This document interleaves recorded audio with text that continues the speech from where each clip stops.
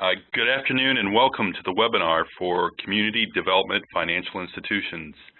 This is hosted by the Social Innovation Fund here at the Corporation for National and Community Service, the Community Development Financial Institutions Fund at the Department of the Treasury, and the Federal Reserve Board of Directors. We're really glad for you to join us today. I'm Damian Thorman, Director of the Social Innovation Fund. We're truly excited to engage on this webinar today for the CDFIs. As CDFIs, you represent a group of stakeholders that can play a huge role in the new development of an exciting field of pay for success.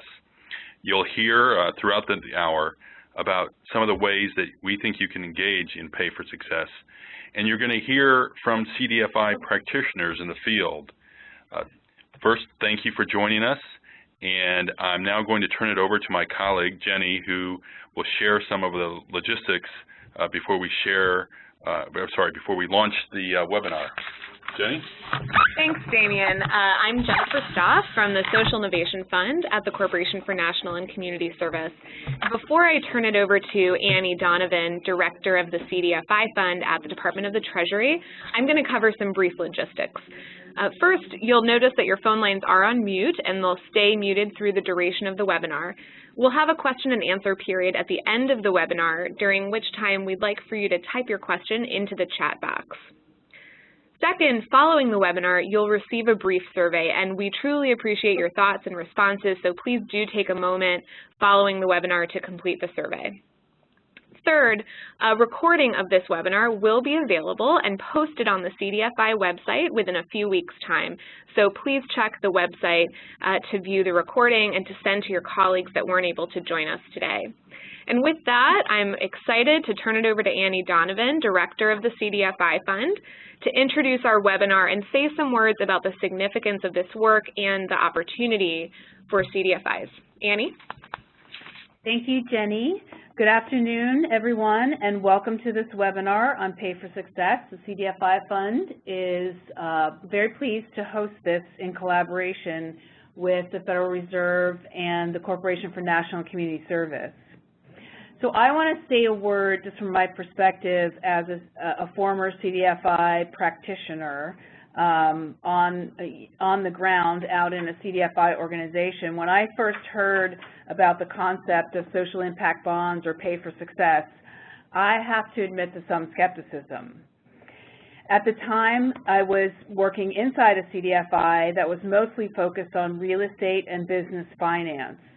And my initial analysis left me scratching my head a bit. Where's the primary source of repayment, if not from cash flow? And where's the secondary source of repayment, if not from tangible assets? And what is all this hype about social impact bonds? Shortly thereafter, I joined the team at the White House Office of Social Innovation and Civic Participation, and the world of Pay for Success started to make a lot more sense to me. Pay for Success is an important disruptive innovation for financing strategies and interventions that demonstrate success solving tough social problems. For that reason, the mission alignment for CDFIs is clear. The product alignment is something each CDFI will have to think about carefully, and this session is designed to help you do just that. Of course, wherever there are financial innovations that help solve social problems, you will see CDFIs taking a lead role. And that's who we have on the phone today, some of your CDFI colleagues. I want to thank the Corporation for National and Community Service and the Federal Reserve Bank for their partnership today. Just to give you an overview of the session, during the first segment of this webinar, we will provide an overview of Pay for Success, a kind of Pay for Success 101. You'll be hearing from Damian Thorman, Catherine Clem, and Jennifer Stoff from the Corporation for National and Community Services Social Innovation Fund. After that, you'll hear from Amanda Roberts from the Federal Reserve Board of Governors, who will speak about the opportunities for CDFIs in Pay for Success and some things that CDFIs should consider. Finally, we'll hear from two CDFIs already working in the Pay for Success space who will share real examples. From the Nonprofit Finance Fund, NFF is engaged in Pay for Success from two vantage points. First, we'll hear from Dana Archer Rosenthal on their work in supporting the actual structuring of Pay for Success projects. Then we will hear from David Schreim on NFF's work in investing in actual on-the-ground Pay for Success projects. The second CDFI that will join us today is Enterprise Community Partners. From Enterprise, you will hear from Julia Shin as she speaks about her work on facilitating Pay for Success transaction structuring. We will pause at the end of the webinar to provide you the opportunity to ask questions of any of this afternoon's panelists. So I am now delighted to turn this back over to Damian Thorman, Director of the Social Innovation Fund at the Corporation for National and Community Service. Thank you. Thank you, Ann, and I'm so excited to be here. Before we get too deep, I want to talk a little about what Pay for Success is. It's just going to be a brief conversation. As you know, the Social Innovation Fund is a key White House initiative that was founded in 2009. At SIF, we're exploring the field of Pay for Success in a really meaningful way. Our mission is quite simple: to find what works and make it work for more people. I would invite you to learn more about our SIF Classic program, but that's not what we're here for today. We're here to talk about Pay for Success. So what we're really talking about with Pay for Success is programs that have a proven record on things like literacy, third grade reading level, for example, looking at the impact of interventions like permanent supportive housing.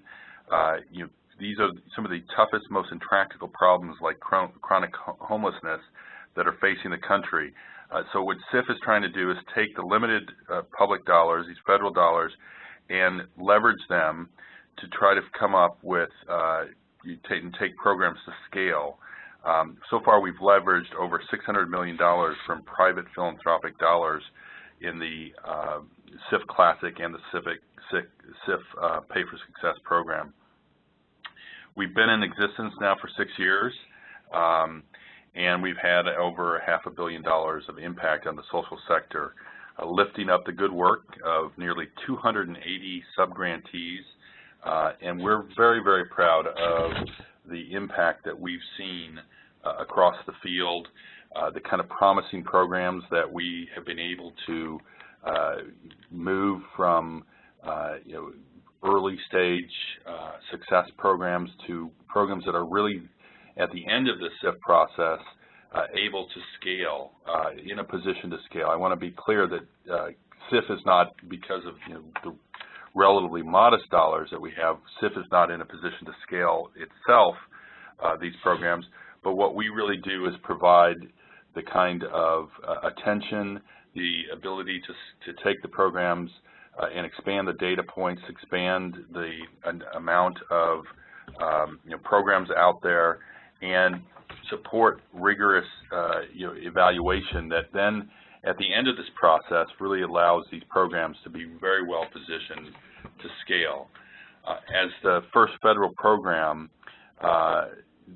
we really have a role in developing the fund of these projects, and we see the fund as a tremendous opportunity. We know that there's a lot to learn about Pay for Success. That's why we're here today. For example, we're already learning how the programs, how they start to work, what make a Pay for Success program work, what might not, who needs to be at the table, what level of evidence is necessary for getting a project up and running. These are all questions that we've started to discern and understand in a much more meaningful way. The thing that we can offer you, I think, as part of this program is that you're on the forefront. This is the frontier of the Pay for Success program, and so what we're really asking you to do is to consider joining us in a very exciting time in the development of Pay for Success, to learn with us, to build this program, and to really dramatically increase the impact for the people that we really care most about and want to serve. Now I'm very proud to turn over to you, our resident Pay for Success Fellow at SIF, Catherine Clem, who's going to describe a little more about what Pay for Success is. Great. Thanks so much, Damien. So Pay for Success is known to different people to mean different things, but to us it's really quite simple. Pay for Success is a contracting model that ties funding for an intervention to its impact in the community. That's really it in a nutshell. So instead of paying for an activity to take place or for compliance with rules, you pay instead for specific outcomes that benefit individuals, a community, or even the environment. Now, often these entities, usually nonprofits in the community, delivering interventions will not have the money on their own to cover the cost of delivering that intervention. So often a project will need what's called Pay for Success financing, and that's where this concept of social impact bonds come in. Really, social impact bonds are not synonymous with Pay for Success per se. Social impact bonds are another way of talking about Pay for Success financing, which is the capital to cover those upfront costs of delivering the intervention until the impact of that intervention is measured. So here's how the money flows in a typical transaction involving Pay for Success financing. I think this may be one of the easiest ways to really wrap one's head around what we're talking about here. First, investors, who can be high net worth individuals, CDFIs, commercial investors, or philanthropies, will provide upfront capital to a nonprofit organization providing a service that is likely to generate a positive impact in the community. Second, once the nonprofit organization has operating capital to deliver their service, the organization will begin implementation to a target population. An example of this intervention might be an evidence-based after-school program, trying to reduce teen pregnancy among a particular high school population in a particular school district. Third, an independent evaluator will measure the causal impact of that service. So in this example, they would measure the degree to which that after-school program causally influenced a reduction in teen pregnancy. If the service is shown to have achieved that performance goal established at the beginning of the project, say a reduction in teen pregnancy among the target population by 10 percentage points, then fourth, it will be determined that outcome payments should be released. And then the fifth step comes into play. That's outcome payments actually being released by a payor, which is often a state or local government. But not always, as we're starting to see with some innovators. Sometimes it could be a hospital or even an insurance company, for instance. The outcomes payments will flow to the investors where there's Pay for Success financing involved, and these outcome payments will cover both the principal investment and sometimes a return. However, if this intervention, if the service, so the program to reduce teen pregnancy in this case, is not shown to have achieved the goal at the preset target levels, then the payer will owe nothing to the investors. This allows taxpayers or stakeholders for other payers to ensure that their limited dollars are spent really only if and after a service achieves that impact we're going for. Additionally, and this is the box in the middle, some Pay for Success projects will include a third-party validator to certify the findings of the evaluator. And I'm sorry, this is the box in the middle. Most Pay for Success projects to date have included a project coordinator. This is an entity that really serves as the intermediary between the contracting parties. So those are the parties engaged in a typical transaction involving Pay for Success financing. Let's now turn to the stages of such a Pay for Success project coming to life. Really, we think about this in terms of 4 buckets or stages of getting, from just hearing about Pay for Success to actually delivering impact for people or the environment. The first stage is really conception. This is a stage where you're learning about the model. It's what we're doing today.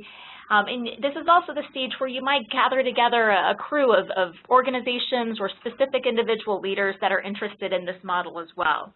The second stage is really all about feasibility. So here, a payer like a county government, as well as a service provider or a project coordinator, will be asking questions like, what problem in our community are we trying to solve? What promising interventions could be tested, or what evidence-based interventions could be replicated or scaled to help solve this problem? And what kind of data, like the utilization of unemployment benefits, is already being collected that we could tap into and use to evaluate whether this sort of intervention is successful? So those are the kinds of questions you're asking, and you're essentially exploring how a pay-for-success project could take shape in a particular context for a particular community. The third stage is construction. And here you're truly creating the pay-for-success project. You're negotiating the contract, you're raising money from investors if pay-for-success financing will be involved, and the like. And the last stage is executing. So it's making all of this come to fruition. Here the intervention is being delivered, the impact of the intervention will be evaluated, and if outcomes are achieved at levels set during the construction phase, outcome payments will be released. Next slide, please. There are many benefits to using a pay-for-success approach. There are also some risks. We can talk about those in the Q&A if anyone's interested. But I think it's important to highlight some of the real advantages to using this sort of model. In the typical projects that we've seen to date, wherein a government is the outcomes payer and there's pay-for-success financing involved, a few benefits really stand out to me. First, you'll be able to access, from a service provider perspective, or even a government perspective, new money to fund interventions that stand to make, a real difference in sometimes seemingly intractable problems. Prevention can often be some of the trickier programs to fund, and this is a good mechanism for doing that. Second, if you're looking at an evidence-based intervention, this is a tool for scaling. Or third, this bullet here, if you're looking at an area that really has no yet proven solutions, Pay-for-Success provides an opportunity to really test drive a promising, creative new approach without having taxpayers bear the risk. And finally, Pay-for-Success stands to create a more accountable government insofar as the expectation is not how many programs can you fund, but rather the measure is what kind of life you can help people achieve. And before I hand it back over to Jenny, I'll just make a note that there are 6 places in the United States where pay-for-success contracts involving pay-for-success financing have been executed. There are 4 localities: Chicago, Cuyahoga County in Ohio, New York City, and Salt Lake City, as well as 2 states, and those are New York State and Massachusetts. And in Massachusetts, there are actually 2 projects being implemented at the moment. And the problems that are being tackled through these 7 projects include recidivism, homelessness, and early childhood education. But we believe that really this is just the start of applications of the Pay-for-Success model.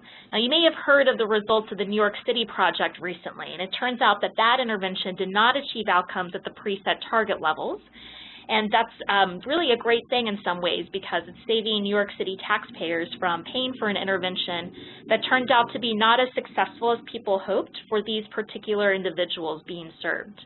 And these 7 projects are really setting the stage for several dozen that are currently in the pipeline, projects with which we hope you as CDFI practitioners may engage. Now back to Jenny. Great, thank you so much, Catherine. So when we here at the Social Innovation Fund were considering how exactly to put together a pay-for-success program, as Catherine was describing, we really recognize the significance of helping to build the pipeline of pay-for-success projects across the country. So that said, we're directing our funds toward the 2nd and 3rd stages of pay-for-success project development, that is, assessing the feasibility of pay-for-success projects and providing funding to project coordinators to actually structure the pay-for-success projects after they have passed through the feasibility stage. When we talk about feasibility assessments, an example is one of our grantees, the National Council on Crime and Delinquency, that happens to today be working with the City of New Haven in Connecticut to determine whether a pay-for-success model can work to reduce the incidence of youth involved in the juvenile justice and welfare systems in New Haven. So NCCD is working with the city to, for example, conduct a budget analysis and a needs assessment to really understand what the target population is that would most benefit from these interventions, whether there's enough evidence in the intervention to spur investor interest, and so forth. And from there, New Haven will then determine whether a pay-for-success project is a viable model to pursue.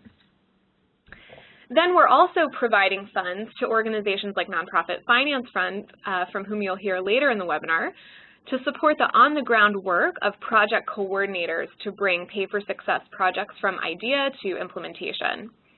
For example, NFF is supporting the Community Foundation of Utah in their structuring of 3 distinct pay-for-success projects at once at the state level, which have already undergone feasibility assessments. And we're very excited to see the outcomes of NFF's work and believe it'll lead to many more well-executed, high-quality pay-for-success projects in implementation across the country. And of course, for more information about the grantees that we're funding in our program, please do visit our website, nationalservice.gov/SIF. And on the next slide, just would like to share a few things to look out for in the coming months and years for the SIF Pay-for-Success program that will be particularly of interest to you on the phone coming from the CDFI community. So currently we have 8 grantees that are working on developing projects in more than 35 places across the country. As Catherine said, cities, states, counties, from Arkansas to San Diego to Memphis, in fields ranging from early childhood education to recidivism to veterans unemployment and more. And as CDFIs, there will be ample opportunity to engage in these projects. We really hope that you'll be in touch with us and our grantees to learn more. And our current 8 grantees will be releasing a next round of RFPs in the coming months for more work on both the feasibility side and the transaction structuring side, which again are terrific opportunities for CDFIs to get engaged in pay-for-success. And as you may know, in 2015, we were again authorized to use up to 20% of our funds to test pay-for-success approaches at the Social Innovation Fund. So there will be another round of up to $14 million in funding hitting the street in the next few months, and we would love for you to stay in touch with us. So as you can see, this is just a tremendous moment to begin to engage in this work in such a cutting-edge field as pay-for-success. We really think that you as CDFIs can make a huge impact in this field. So now that we've shared a bit more about one of the ways in which the federal government is funding the development of pay-for-success projects, I'm going to turn it over to Amanda Roberts, Senior Community Development Analyst at the Federal Reserve Board of Governors, who will share with us just how CDFIs can think about pay-for-success as a tool toward their larger mission. Amanda? Yes, thank you, Jenny. Good afternoon, everyone. My name is Amanda Roberts. I'm here in Washington, D.C., in the Federal Reserve Board of Governors.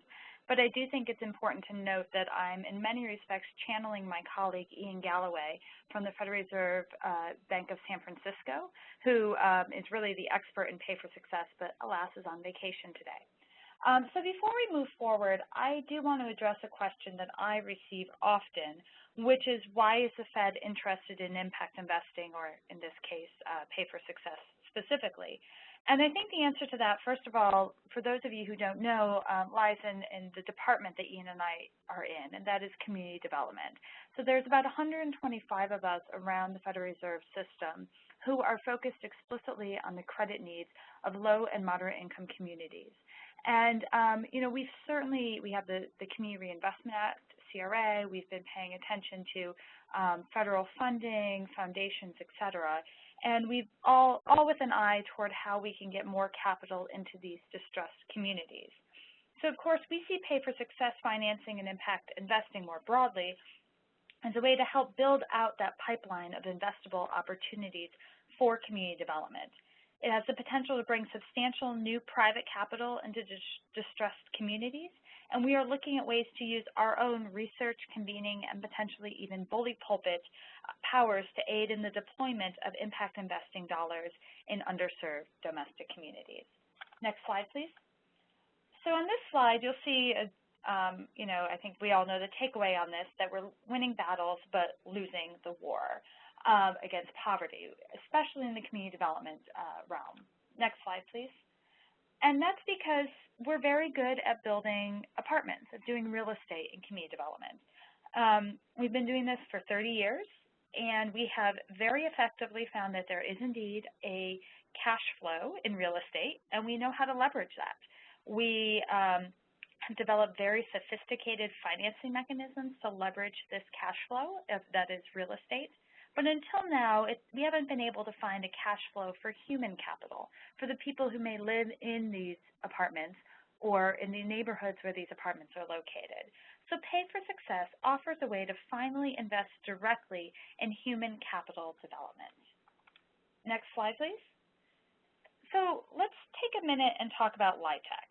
I'm sure actually many of you on the phone are probably even greater experts on LIHTC than I am. And for those of you who don't know, I don't know if I spelled this out on the earlier slide, it's the Low Income Housing Tax Credit. So LIHTC has been around for about 30 years, and I should clarify, it is not Pay for Success. It is not a social impact bond.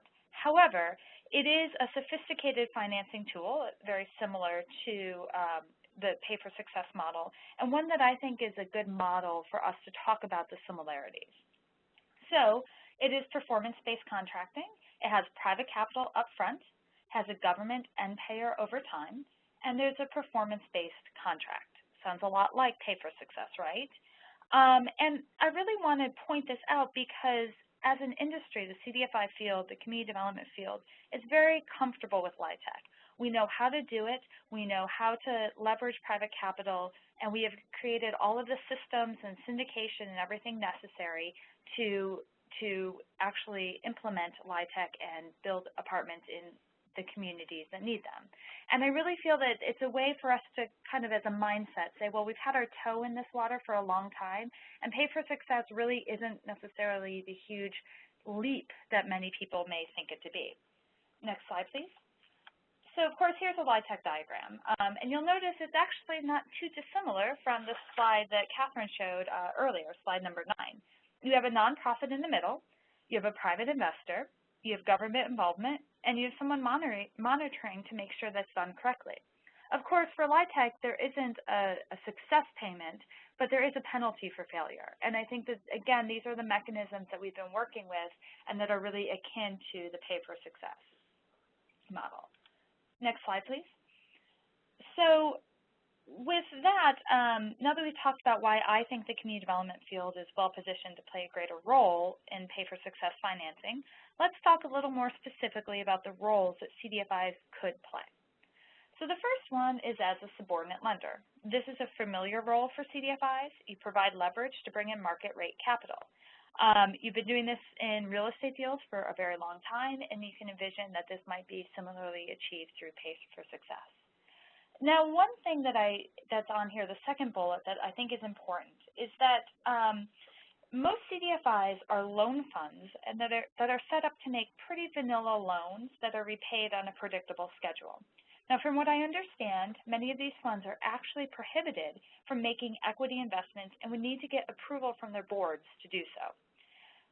So the problem is that while Pay for Success investments are technically structured as debt, there's nothing predictable about the repayment terms, and that makes them appear more like equity, which could run afoul of some of the rules governing CDFIs.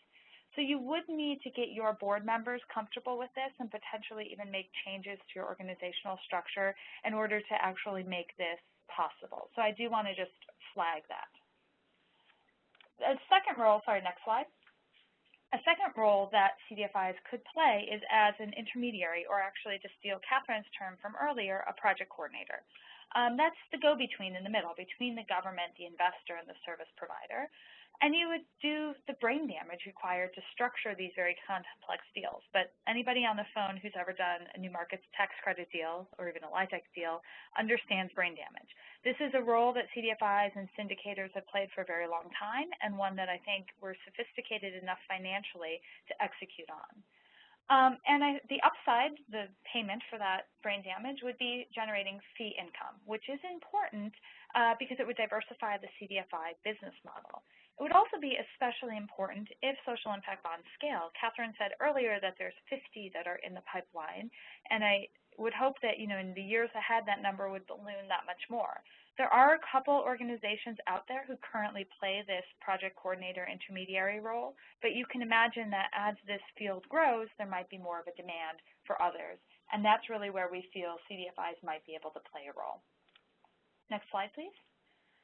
Now, should you decide to jump into this space, I just kind of want to address two very common questions that you will receive and that and then give you some answers for them. The first is, isn't it scary to invite private investors into human capital development? And I think for most of us on the phone who are in the CDFI or community development field, we say, no, that's not scary at all. We've been doing this for 30 years. But you can envision people who are perhaps in the education sector or the health sector or the job training, recidivism sector, what have you, may not feel the same way. They may not have had the relationships with large financial institutions that we have had over the years.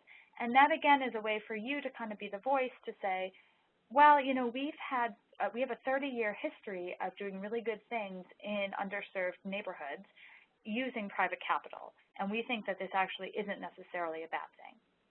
So then the second question, which actually Catherine addressed earlier as well, is around Rikers Island. And you might just get this question, didn't that just prove that social impact bonds don't work? And much as Catherine said earlier, I think, again, this is a topic of success through failure. No tax dollars were expended. And there are also some lessons learned. I mean, that was literally the first one in the United States. There are things that we can learn from anything, successes or failures, around how rigidly structured that particular one was.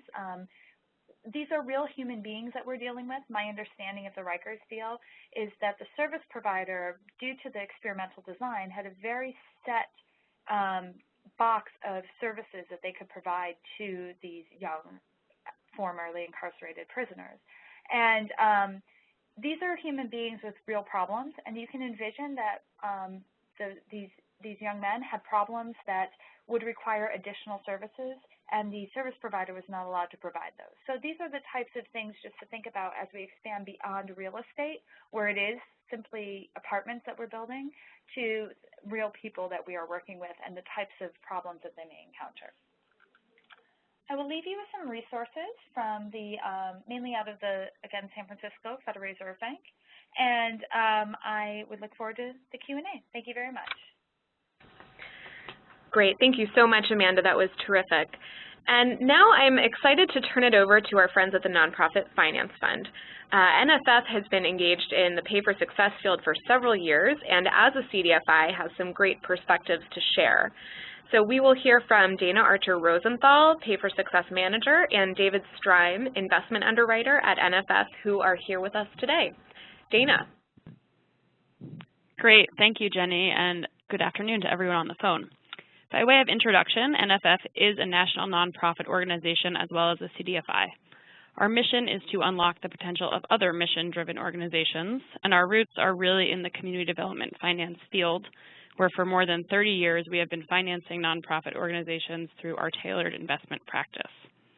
From this work, we've gained a deep understanding of the nuances of the social sector funding streams that support our clients, and we use this insight to provide strategic advice and consulting services to nonprofits as well as to funders.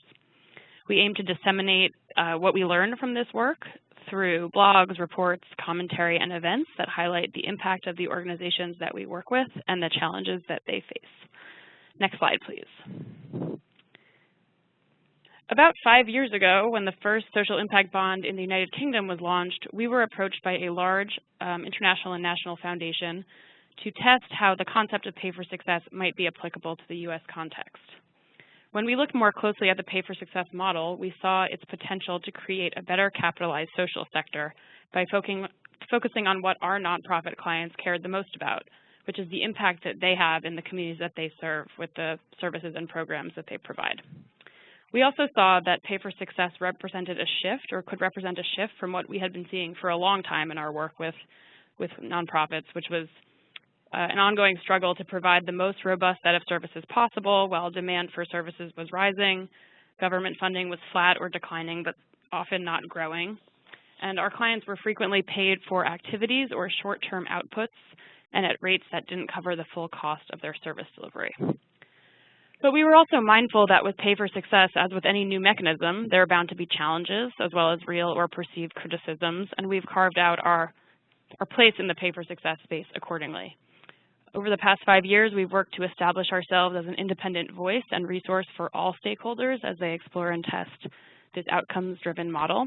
We really want to ensure that all of the early pay for success activity in this country is filtered through a very strong learning lens, given the newness of the model and the significant opportunities as well as potential pitfalls that we see in it.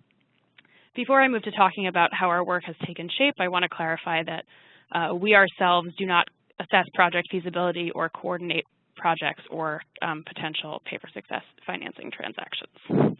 So next slide, please. What do we do? We describe our role in the pay for success space as that of both a knowledge integrator and a market facilitator. Our work as a knowledge integrator and field educator goes back the farthest to our earliest involvement in the field. Since 2010, we've hosted and curated the Pay for Success Learning Hub, which is an online home to all things pay for success related, including news, articles, field reports, as well as some more practical tools for new and experienced pay for success practitioners. So we have overviews and documents from existing projects, tools to assess stakeholder readiness, and an activity map highlighting U.S. activity. So I would encourage all of you who are exploring pay for success to take a look there. Participating in and convening events has also been a major part of our work to date. So we continue to participate in opportunities like this one, but we've also taken a more active, proactive role as a convener to facilitate learning and information sharing amongst new and early pay for success practitioners. A recent example of this is a series of 3 regional summits that we co-hosted in partnership with the White House on pay for success in late 2014 and early 2015. We also recognize that success in pay for success relies on strong service providers. So that's organizations that can offer high quality services and programs while also having the strong organizational infrastructure and capacity to support their participation and often their growth as a result of pay for success investments. So the operational needs and capacity of nonprofits are something that we continue to advocate for and work to address. To that end, we've run a series of boot camps, 1- and 2-day sessions aimed to bolster and identify capacity strengths as well as gaps in nonprofit providers in locations that are exploring pay for success. In more recent years, we've evolved our role in the pay for success space further to serve as a facilitator of market growth. This has taken shape through 2 major initiatives, both our California Pay for Success initiative and our work as a Social Innovation Fund grantee.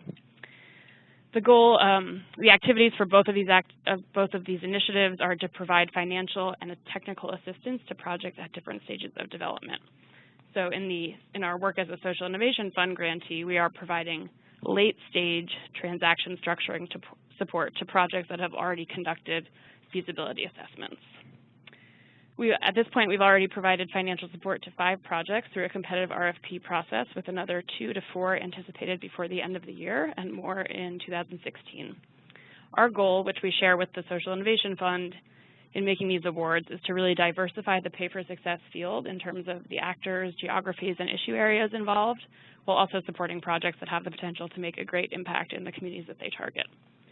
We also hope to draw out lessons and tools that could speed the process of project development moving forward. Both of these initiatives, the California and the SIF work, have really given us unparalleled insight into the pay for success project development process, which is really consistent with our goal for involvement in the pay for success markets development as an organization. We really want to understand from this experience how the pay for success mechanism works, its potential strengths and constraints, and disseminate our learning so that we can help steward pay for success's responsible and appropriate implementation as another tool in the toolbox for addressing community problems. So I'm going to now pass it off to my colleague David Strime, and he's going to talk about the final side of our pay for success work. Thanks, Dana. So yeah, there's this one more component to NFF's work that has sort of completed our involvement in pay for success to date. And that's really on the investment side, and so I've been leading our efforts to deploy a CDFI fund award that we specifically have dedicated to making sub-debt investments in pay for success projects as a way to support the projects and also to deepen our involvement and understanding and learning in the space. And so in December of 2014, we closed our first investment, which was subordinate debt to support the 7th Pay for Success project to launch in the U.S., which was the one in Cuyahoga County, Ohio. And that was a program that was intended to reduce the time that it takes to reunify homeless mothers with their children who are in the foster care system. And I'll also just note that we actually also got pretty far along into the structuring phase of another project that we had hoped to invest in, and the project didn't end up launching, but in the process we actually got quite a bit more experience and perspective on the investing side, which proved to be very valuable. And so that's sort of our involvement on the investing side to date, and we hope to be working with a couple more projects in the near future as well. So on the next slide, I'll just give you kind of a high-level overview of why this work is a good fit for NFF as a CDFI and as an investor in particular. And partly it's a natural fit for us given our history and our focus on the social sector.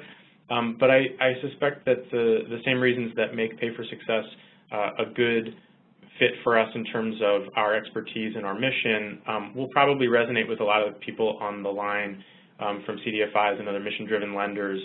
So hopefully this will ring true for a lot of you. So I think first and foremost, NFF has always provided a range of capital from working capital financing to growth capital to facility financing. But ultimately, our experience has really been in assessing the risks and opportunities of the underlying operating business, the borrower, and which is often but not always some kind of social service provider. So, right off the bat, these are our clients already, and so we have an understanding of the business models, and we sort of know how to have those conversations and how to work with them.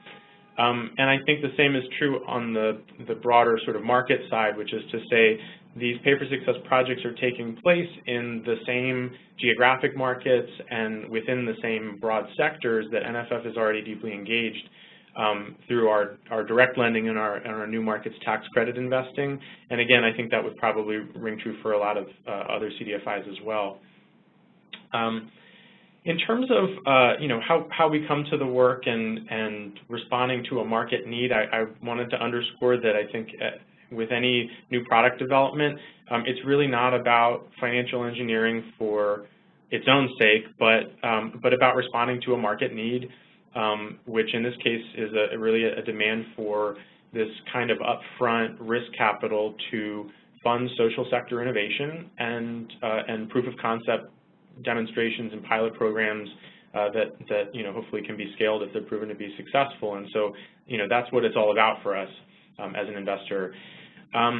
In terms of who the players are and sort of who's in the sandbox, so to speak, the lender-driven deals that have launched so far, and I think this will probably continue to be the case, have involved a pretty familiar cast of characters, from a CDFI's perspective. It's other CDFIs, it's commercial lenders, it's local foundations, national foundations, faith-based investors. And so, like most CDFIs, I would think NFF has a long history of working on multi-investor deals and structured funds that really require cooperation and collaboration with other types of capital providers that may look a little different but share on mission.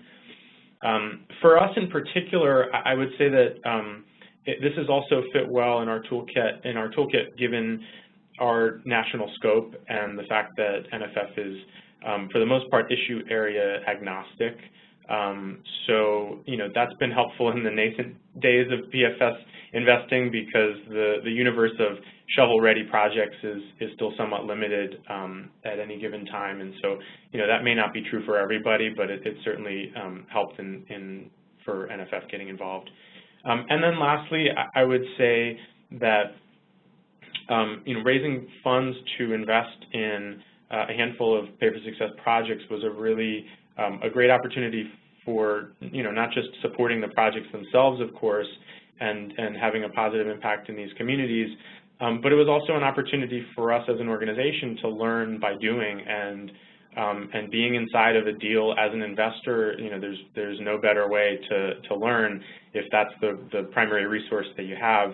And so that has definitely proved to be an invaluable way to deepen our knowledge and involvement. So I'll I'll pause there, and I'm happy to talk more about the ins and outs of our experience actually being in deals during the Q&A if folks have questions, but I will, for now, I'll pass it back to you, Jenny.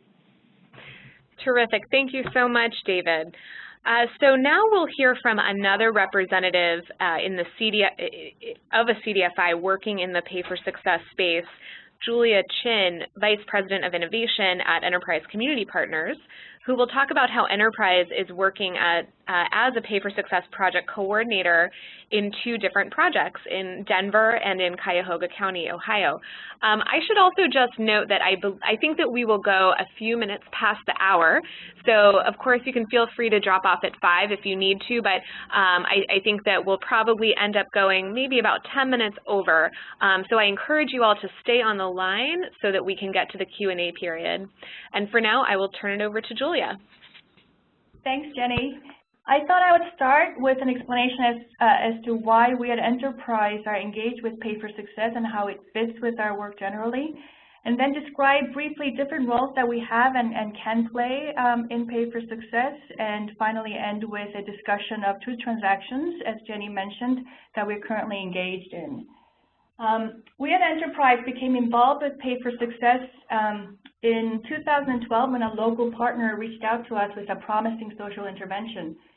We have since then been involved in 5 projects, 2 of which are in later phases, and that we will discuss a little bit more in detail later.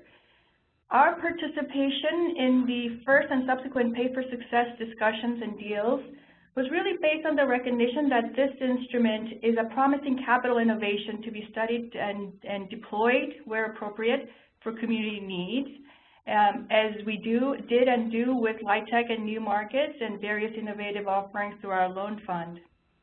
And beyond that, beyond capital, we view the discussions around Pay for Success as really an opportunity for us to reiterate our focus on results and impact data building, and as a means to help to support the capacities of our local organizations and partners with, that have effective programs. And from our government partners' perspective, we saw that Pay for Success can be a means to test innovative solutions, less hindered by annual budgetary processes and agency siloing that may exist. And finally, we were encouraged and motivated to engage in this work by the fact that we have expertise and infrastructure to contribute to the development of this field. And it's based on our record of financial stewardship and impact work and our national programmatic capital and policy reach, especially where housing is a platform to magnify and expedite the efficacy of social interventions. Next page, please. Enterprise has been engaged in social impact and capital innovation since our inception, and over our 30-plus years of history, we have raised and invested over $18 billion in equity grants and loans to build or preserve more than 340,000 affordable homes across the country. Starting with our work around LIHTC, Enterprise has helped to forge various forms of public-private solutions, in many cases through and by our loan fund and with the leadership of our 10-plus local market offices across the country, and in partnership with our national network of over 2,500 community development organizations. Next page, please. And to us, Pay for Success is an example of a public-private solution tool, and it has it really has a good potential to help us to identify and expand effective programs, and thus create impact data in the process for future improvements and iterations. And on the capital side, to attract additive capital and bring more market participants to engage in solving for challenging social issues.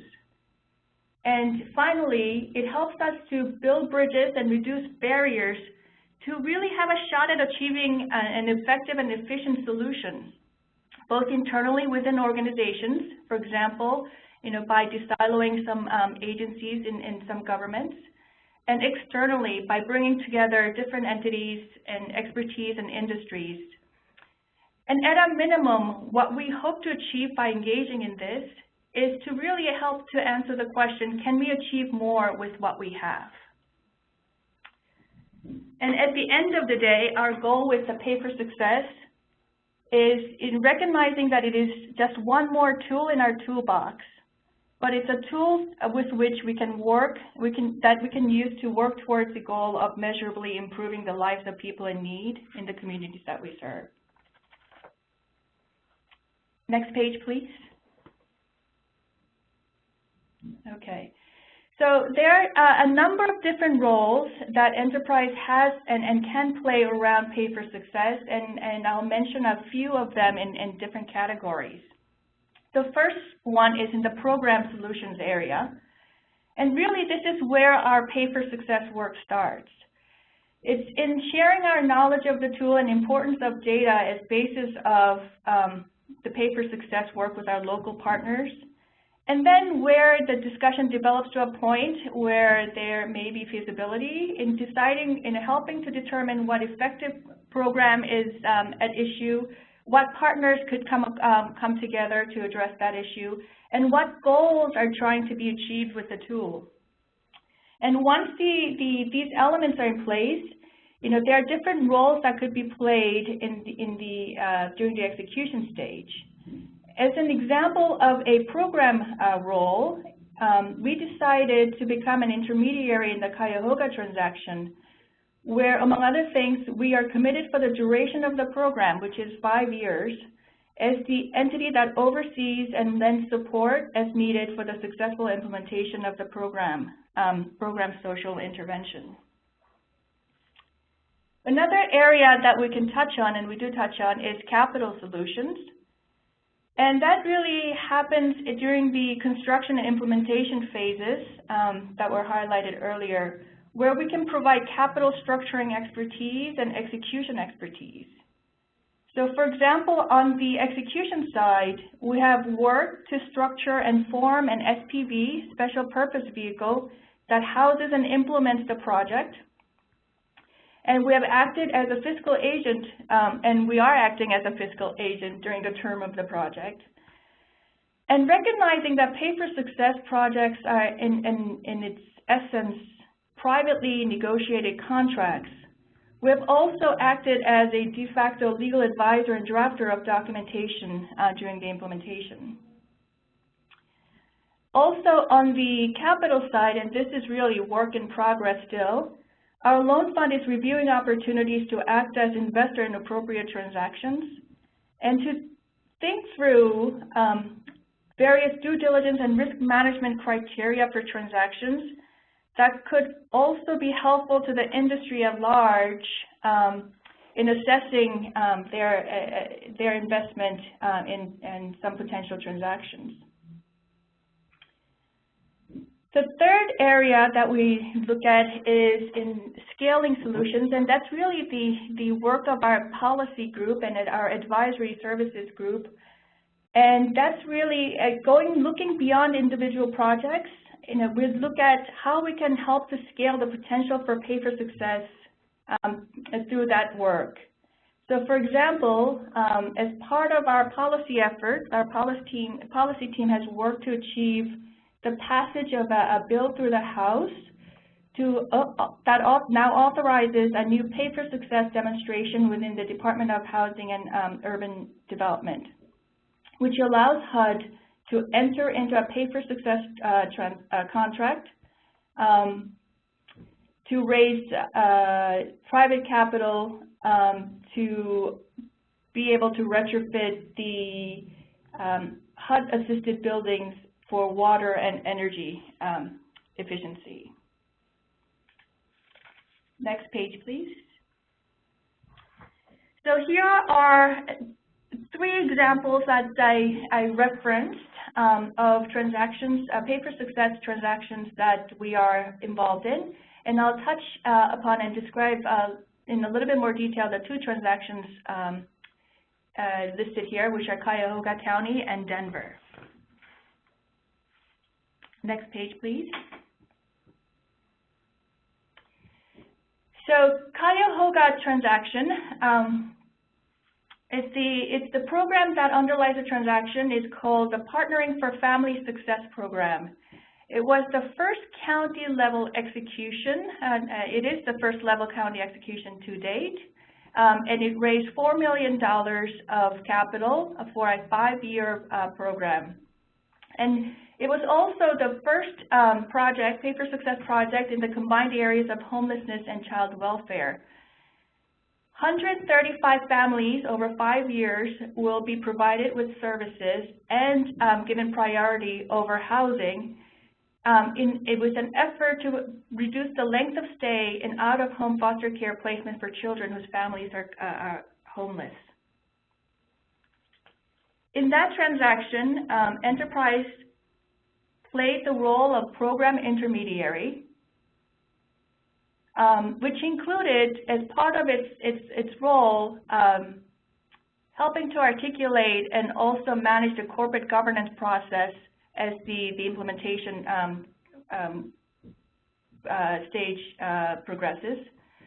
We are also the fiscal agent that provides the reporting and the report out, both for payment purposes as well as for the results. As noted earlier, we provided legal advisory, de facto legal advisory services, which in essence taking a leadership role in partnership with others in drafting the Pay for Success contract, the investor contracts, the service provider contracts, among others, and also providing the structuring for the SPV, formation and structuring of SPV, and addressing issues that arise with how that should be structured to mitigate any residual risks that might reside ultimately with the transaction. Next slide, please. One more. So we're in the Denver transaction, which is 2015 execution. In 2014, we were invited by the City of Denver to partner as intermediary for the Housing to Health Pay for Success project, which in conjunction with CSH, which project is to provide supportive housing to 300 chronically homeless individuals with significant primary and behavioral health challenges, which make them super utilizers of emergency health and criminal justice services. And working with CSH as co-intermediary, we are in the process of developing a transaction, constructing a transaction that includes a former partnership with some healthcare organizations who have begun working with housing and service providers on agreements to increase and improve the integration of Medicaid into the financing of supportive housing services. As I noted, this transaction is in construction stage, with CSH and Enterprise as intermediaries and Urban Institute as independent evaluator, and we are looking forward to a 2015 execution. Now I will turn it back over to Jenny for our Q&A period. Jenny? Great. Thank you so much, Julia. So we've covered quite a lot of information, and we know that you likely have questions for our panel. So at this time, I just invite you to please type your questions into the chat box. And if the question is directed at a particular person, please remember to indicate just who that person is. Next slide. So while you are typing your questions, just to review, we really see 4 distinct ways, if not more, that CDFIs can engage in Pay for Success. So first, you can support transaction structuring efforts like Nonprofit Finance Fund. One way to do this is to apply to be a SIF Pay for Success grantee in the next year. Second, you can act as an investor in a specific Pay for Success project. Also, Nonprofit Finance Fund is doing this. Payforsuccess.org represents a great repository of information where you can see the projects that are going through the pipeline. Third, you can act as a project coordinator like what Enterprise is doing in Denver and in Cuyahoga County. And finally, we just encourage you to learn more about this exciting field and participate in events and roundtables. panels happening across the country on Pay for Success. And in fact, there may be some CDFI-focused roundtables on Pay for Success happening in the coming months. And I know that you'll probably get more information soon from the Federal Reserve and Treasury with those developments. So we have a couple of questions ready to go. So I'll first, I would like to ask either David or Amanda to take a question from Peter Lawrence. Let me just pull up Peter's question. So Peter asks, do any panelists have experience with Pay for Success investments from financial institutions receiving significant positive CRA consideration? Pay for Success investments targeting LMI populations and communities would appear to be eligible, but actually getting positive CRA consideration in examinations is another matter. Great question. So I would suggest that maybe either Amanda or David take that. Sure. This is Amanda. The short answer, Peter, is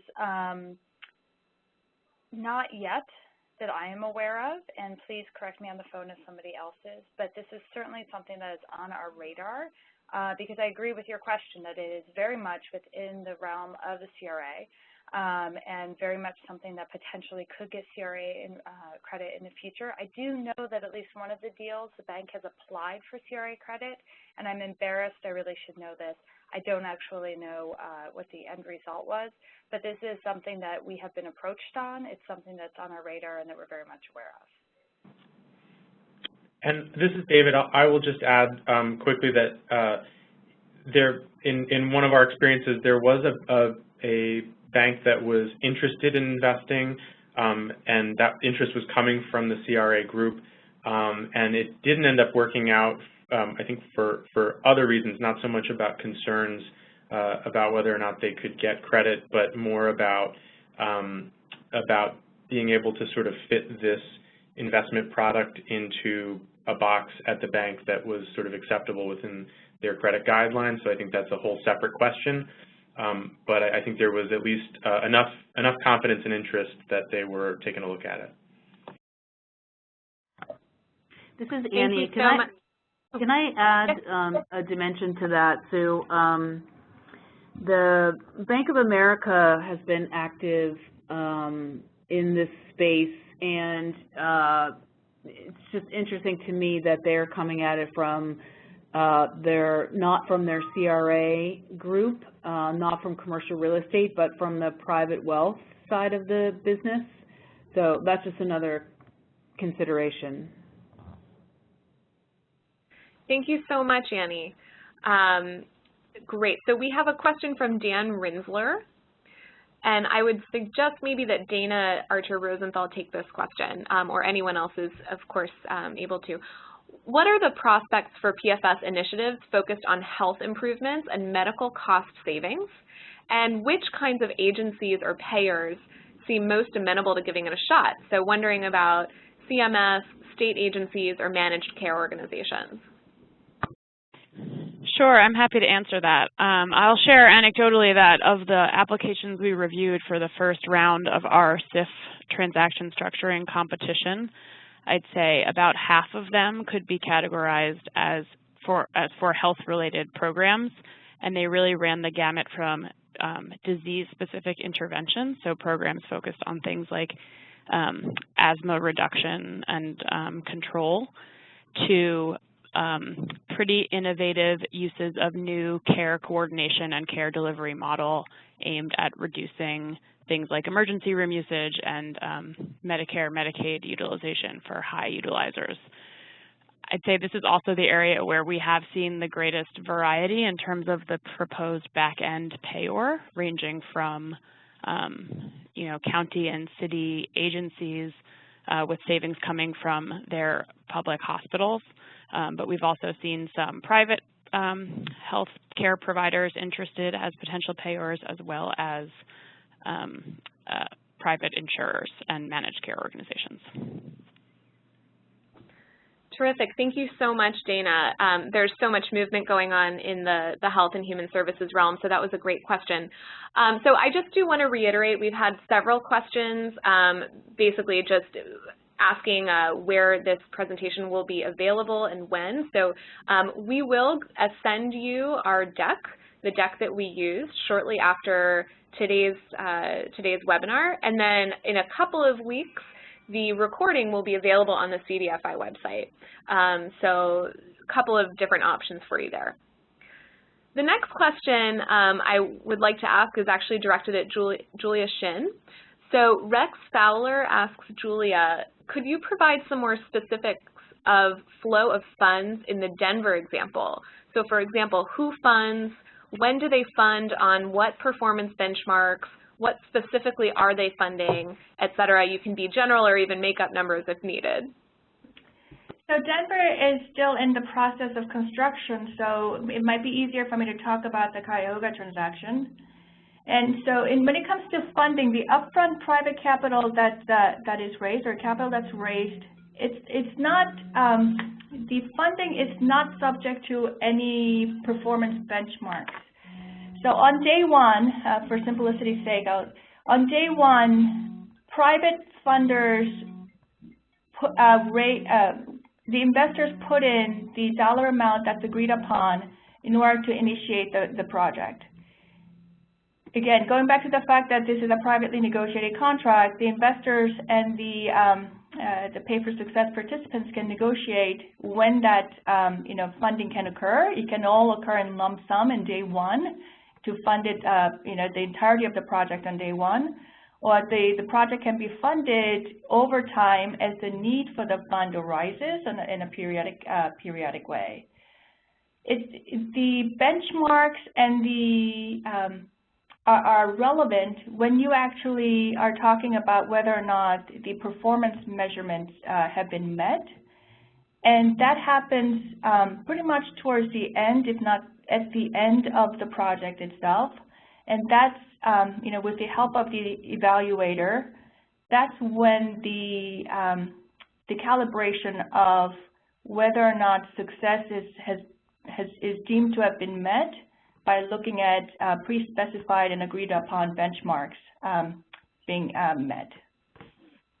Does that answer the question?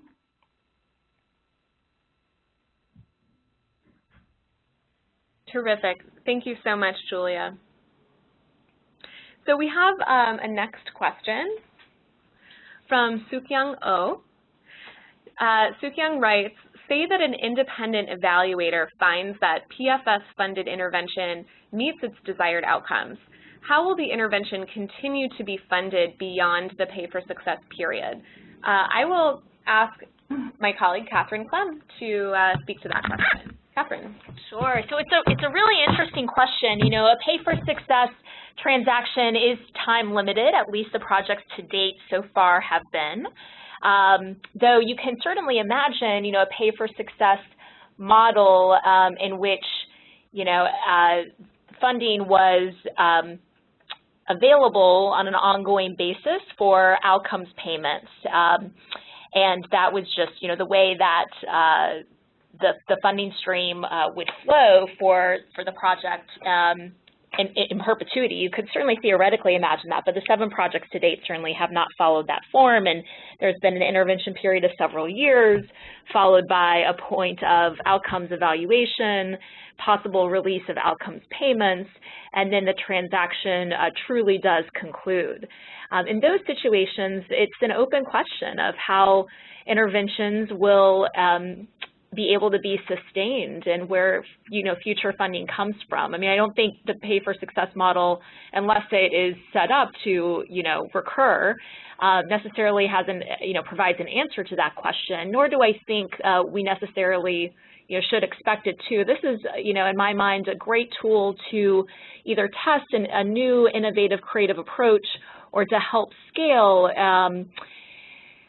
an evidence-based intervention for a period of time, but it's sort of a challenge to all of us who care about really great interventions in the community to figure out how to sustain those on an ongoing basis. One of the things that the Pay for Success model does in helping to provide for that sustainability is, one, it enables certainly capital to provide for the intervention, where Pay for Success financing is involved, I should say, provides for the capital to, allow the intervention to be delivered for several years. It also, though, provides a great evidence base that, as your question poses, should the evaluation deem the intervention to hit these outcomes at preset target levels, the folks running that intervention will be able to now have a terrific, robust set of outcomes that were rigorously evaluated, with which they can make the case that dollars from public or private sources should be deployed. So it's, I think Pay for Success doesn't necessarily solve the sustainability challenge, but it has other important benefits that can assist with sustainability. Great. Thank you, Catherine. So just being mindful of the time, it is 5:12. We have a number of questions that we unfortunately were not able to get to. We will do our best to send you email answers to those questions, so thank you so much for asking them. And again, you will receive a survey shortly after logging off of the webinar, so we just please ask that you take a moment and complete it. And we just thank you so much for participating in this webinar today. It's an exciting moment, and please do not hesitate to get in touch with any one of the panelists. These are our websites. And until next time, signing off, thank you again, everyone.